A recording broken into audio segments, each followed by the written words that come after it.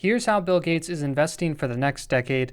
This is Bill Gates' stock portfolio. Now, as most of you are probably aware, Bill Gates is the co-founder of Microsoft, and that's where he built the majority of his current wealth and fortune. And while he still is the largest individual Microsoft shareholder today, he diversifies his remaining wealth across various investments. The person behind Gates' fortune is a man called Michael Larson, who manages not only Bill Gates' money, but that of his endowment, the Bill and Melinda Gates Foundation, through his firm Cascade Investments. Now, Larson is a very discreet and low-profile person, meaning that most of Gates' investments are kept under close wraps. However, we may be able to get a glimpse of his conservative investment strategy by taking a look at the 13F filing of the Bill and Melinda Gates Foundation, which discloses its stock holdings. In this video, we'll review the portfolio stock holdings from Bill Gates' foundation, so you can get a sense of potentially how Michael Larson is investing the rest of Bill Gates' assets. And if you're new here, take just a second to subscribe to gain access to more investment content like this in the future.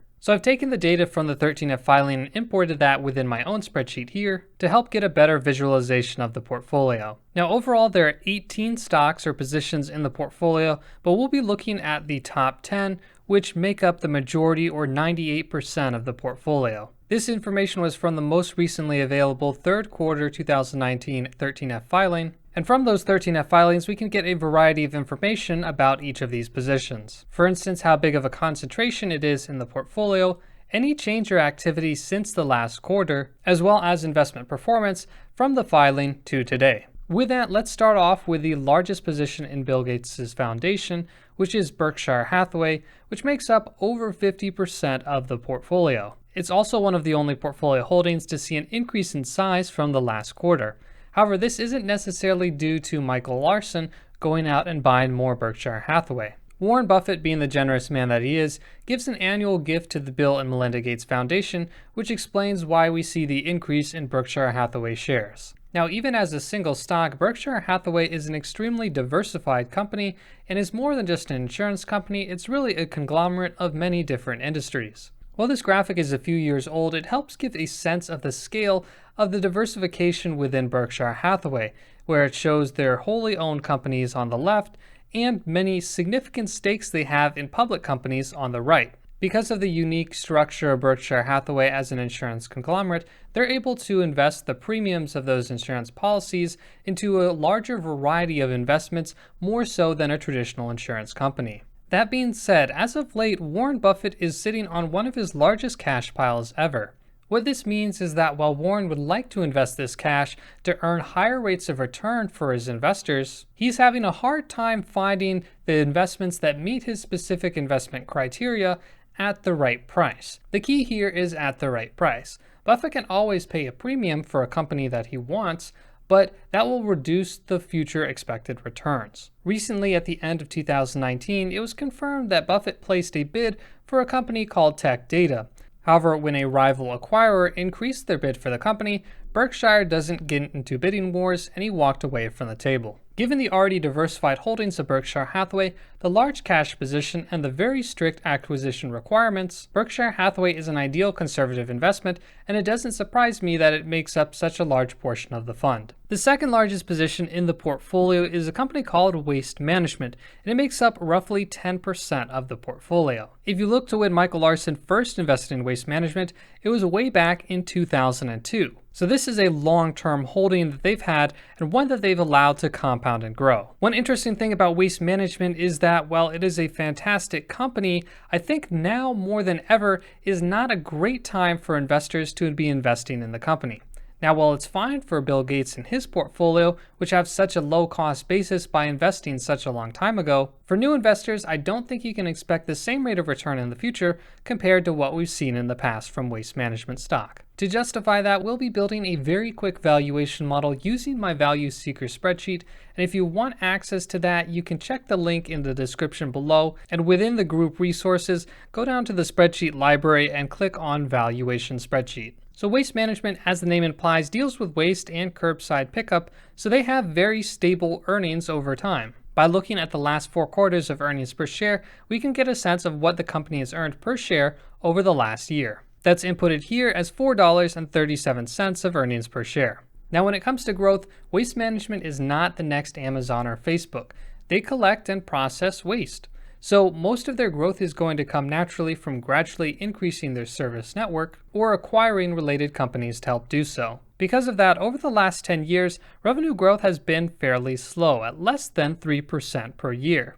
Now, normalized net income growth over that same period in time has been a bit higher, a little under 5% per year, but that's still relatively low in the scheme of things. But we'll be a bit optimistic here and assume that Waste Management can grow their earnings at 7% for the next 5 years, and after that, it'll slow down to 5% for the 5 years after that. In addition to that, Waste Management pays 51.25 cents per quarter, which adds up to $2.05 as a total annual dividend. I'm going to assume that Waste Management doesn't change their payout ratio and will continue to pay around 50% of their earnings in the form of dividends. In addition to that, I'll assume that they buy back 1% of their shares every year for the next 10 years. The penultimate assumption that we now need to determine is the expected price to earnings ratio in 10 years. This is where there's a bit of judgment involved, and things might vary depending on your opinions, but I'll at least explain my thought process here. Currently, Waste Management is trading at a relatively high price-to-earnings ratio relative not only to the whole market, but also relative to Waste Management's history. Now, earnings and thus the price-to-earnings ratio were distorted in 2014 due to a one-time acquisition, but if you exclude that, you'll notice that Waste Management generally traded at much lower price-to-earnings ratios in the past, usually in the low to mid-teens, but now are trading at much higher price-to-earnings ratios, currently in the mid to high 20s. Revenue is often more stable than earnings, so you can see this valuation expansion or the stock getting more expensive relative to fundamental metrics by also taking a look at the price to sales ratio, which is currently at or near an all-time high. So what this is telling me is that these valuations as it stands right now are likely not sustainable in the long term for Waste Management. It doesn't make sense, at least in my mind, that a company growing at roughly 5%, collecting and processing waste, would have the same price-to-earnings multiple as, for instance, let's say Google, which is growing at double-digit percentages per year. So I'll assign a price-to-earnings ratio of 18 in 10 years, which note is still above the mid-teen price-to-earnings ratios that Waste Management was trading at in the early 2010s. And the final assumption is the required rate of return you want on your investment, which in this case will also be the discount rate used to bring the collected dividends as well as the final sale price of the stock to the present day. So if you want to achieve a 12% rate of return with your investment with Waste Management stock, you would need to buy the stock at a price of $65.55. Given that the stock is currently trading at $116, this valuation would have the stock at 77% overvalued, or implying that there's a 44% downside risk, or the stock could fall 44%,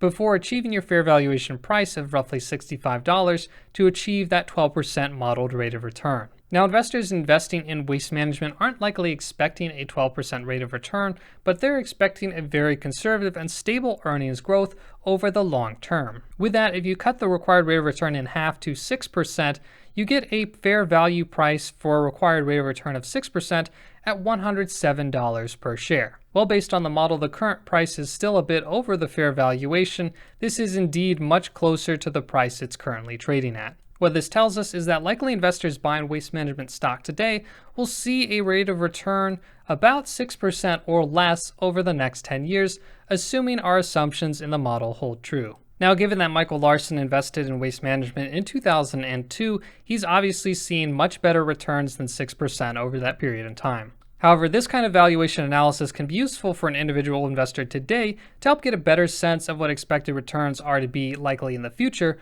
rather than just relying on the past. The third largest position in the portfolio is Canadian National Railway Company. And with this company, I want to see if you can observe or start to observe a trend with some of the investments within Michael Larson's portfolio that he's managing for Bill Gates. So Canadian National Railway is a very large railway company that has railroads within Canada and the United States. It helps distribute over 1.5 million containers annually over its network of 200,000 miles of track and 80 plus distribution centers. You can get a sense of the scale of the distribution network by taking a look at the map of the railways connecting both coasts of Canada and through the mid-United States. In this map showing many company railroads, Canadian National is in the red, and it clearly sticks out a bit from the others. Also worthwhile to note is BNSF, The gray railroad shown on this map is owned completely by Berkshire Hathaway. So in a sense, by owning both Berkshire Hathaway and Canadian National, you own a large portion of the railway network that connects both US and Canada. The fourth largest position, which also makes up about 7% of the portfolio, is Caterpillar Incorporated, which makes industrial and heavy machinery. You've probably seen these machines at a construction site or any development where these machines will usually do the heavy lifting. I used to remember loving watching these things as a kid, and apparently they're very popular with builders as well. Caterpillar was first added to the portfolio in 2005, and since then the company has enjoyed modest growth. One thing to keep in mind with Caterpillar is because it produces heavy equipment dealing in construction, it's naturally in a very cyclical industry. This means it's sensitive to economic downturns and swings in the market cycle. You can see this clearly during the financial crisis and the recession that followed, as well as from 2014 to 2016, where the price of oil declined dramatically, causing a crash in the energy sector. The fifth largest position, making up 6.5% of the portfolio at filing, is Walmart, a company you're likely familiar with. One of the reasons you're likely familiar with it is because Walmart has one of the largest retail distribution networks. If you have a more current version of this statistic, please let me know in the comments, but I once read that 90% of Americans live within a 10-minute drive of a Walmart. That's excellent coverage if you ask me, and one of the other benefits of having such a large network at scale is you're able to source and provide goods at a cheaper price to customers. That has been one of the driving factors of Walmart's success, and is likely to continue being so for a long period in time. The sixth largest position is Ecolab, which makes up about 4% of the portfolio. Now, Ecolab is a company you're probably not as familiar with, but I'm willing to bet you've used one of their products. They provide service and technology directly to businesses dealing with water, hygiene, and energy. And their products and services help provide a clean and safe working environment. So next time you're out at a public restroom, keep an eye out for Ecolab products. Ecolab was added to the portfolio in 2010 and has performed quite well for the portfolio over that period of time. The seventh largest position is Crown Castle International Corp., which is a real estate investment trust. This company was added to the portfolio in 2007. What's interesting with Crown Castle as a real estate investment trust is that it doesn't invest in buildings, but instead it invests in a fiber network as well as a network of cell towers. Both its fiber network and its cell tower network provide a valuable conduit for the transfer of information and data between people and companies. In addition to traditional cell towers, the company is also involved in small cell networks as well, which will be the kind more prevalent with the upcoming 5G network technology. Since 2007, the company has been another steady and strong performer. The next two I'll discuss together as they're very related, and that's United Parcel Service and FedEx Corporation, both of which you're probably familiar with, are used to deliver packages and goods across the world. While growth in package shipments continues to rise alongside the growth in e-commerce, the stock prices for both FedEx and UPS have somewhat stagnated since 2015. One potential reason for this may be that these are both relatively capital-intensive businesses, meaning that both companies have to spend a fair amount maintaining and keeping up their network of trucks and planes used to deliver packages across the globe. In addition to this, it is a very competitive industry, with Amazon being one of the new large players in the market. Well, in 2019, UPS shipped about 5 billion packages, FedEx shipped about 3 billion, Amazon shipped about 2 billion. However, by 2022, Amazon Logistics is expected to be the largest shipper annually of packages in the United States. As Amazon starts delivering more and more of their packages, they start to take a larger share of the package growth within the US market, growing at a much faster rate than either UPS or FedEx. Either way, if you have a package you need shipped around the world or even domestically, you're likely going to use one of these two services to get it there. And the 10th largest position, making up a little under 2% of the portfolio, is Coca-Cola FEMSA. Now, one mistake that many investors might make is to think that this is actually Coca-Cola or investment in Coca-Cola Company, but it's not. Coca-Cola FEMSA is an entirely different company, and they are the largest bottler of Coca-Cola products. They operate nearly 50 bottling plants, serving over 2 million points of sale through their network of 275 distribution centers. Their plants and operations are spread out through Central and South America. So effectively, for every bottle of Coca-Cola, or any Coca-Cola product for that matter, bottled by Coca-Cola FEMSA in these plants, they take a small percentage of that sale. Given the large distribution network and volume of products that they move annually, this adds up to a fair sum after a while. But looking back at the top 10 investments in the Bill and Melinda Gates Foundation portfolio, what is the investment theme that Michael Larson is using to help guide his investments? I would probably say this theme applies to the majority of the investments within this portfolio. Definitely these 8, and I think you could even include Ecolab as well. That theme, if you haven't caught on, is networks. The majority of these investments benefit from a very large network effect. Either that or they own or operate a large network and take a fee for those who use it. Berkshire Hathaway and Canadian National Railway are both relatively clear examples of this with their rail networks. Waste Management has a large service network of waste collection and disposal. Ecolab also has a wide network of businesses that they provide sanitary and health products to. Crown Castle owns both fiber networks and cell towers that are used to transport information across the country. UPS and FedEx have the 2 largest shipment networks in the world. And Coca-Cola FEMSA has the largest distribution network of Coca-Cola products. These networks are very valuable to an economy and helps them receive consistent revenue growth as the economy grows and utilizes them even more. And when bought early and opportunistically at a favorable price and valuation,